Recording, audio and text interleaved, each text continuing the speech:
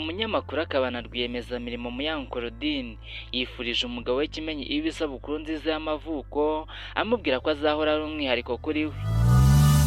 Uwase Muyango Claudine wegukanye ikamba ry'umukobwa uherwa n'amafoto muri Miss Rwanda 2019 yifurije isabukuru nziza y'amavuko umugabo we Kimenyi Yves wujuje imyaka 33 ku wa mbere tariki ya 19 Ukwakira 2025. Abinyujije ku rubuga rwa Instagram ahanyuzwe ubutumwa bumara amasaha 24 yamwifurije isabukuru nziza amubwira ko afite umwanya wihariye mu mutima we, ndetse anamubwira ko byagenda kose azahora ari umwihariko kuri we. Ati isabukuru nziza ku muntu ugifite umwanya wihariye mu mutima wanjye, nubwo ubuzima bwagenda gute uzahora uri umwihariko kuri njye wo kuba umubyeyi utangaje n'umukunzi mwiza. Nta kindi nakwifuriza usibye urukundo, umucyo n'imigisha yose ubuzima bushobora gutanga. Gira ibyishimo sheri.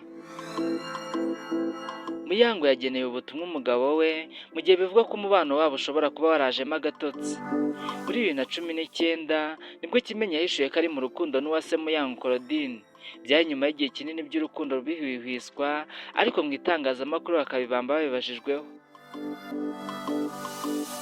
Ubwo iby'uko bakundana byajyaga hanze, Kimenyi yabwiye itangazamakuru ko mubyara we ari we watumye amenyana na Miss Muyango.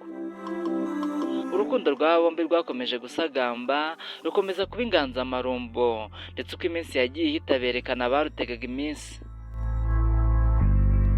Iby'urukundo rwabo byakomeje gushimangirwa n'amagambo meza bakundaga kubwirana bifashishije imbuga nkoranyambaga. Tariki ya 19 Werurwe 2020 ubwo Muyango Claudine wabaye nyampinga uberwa n'amafoto muri Miss Rwanda 2019 yizihizaga isabukuru nziza y'amavuko, icyo gihe Kimenyi Yves yigomwe ibitotsi kugeza saa 6 z'ijoro ategereje ko urushinge rw'isaha rwinjiza umunsi kuri iyi tariki, maze yifashisha Instagram agenera umukunzi w'ubutumwa bwuzuye amagambo y'urukundo.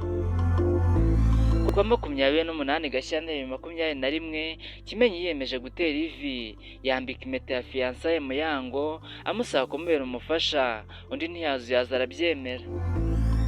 Muri Nyakanga 2021 hagiye hanze amashusho agaragaza ko Muyango akuriwe, ndetse kwa 21 Kanama 2021 bibarutse imfura y'umuhungu yitwa Kimenyi Miguel Yanis.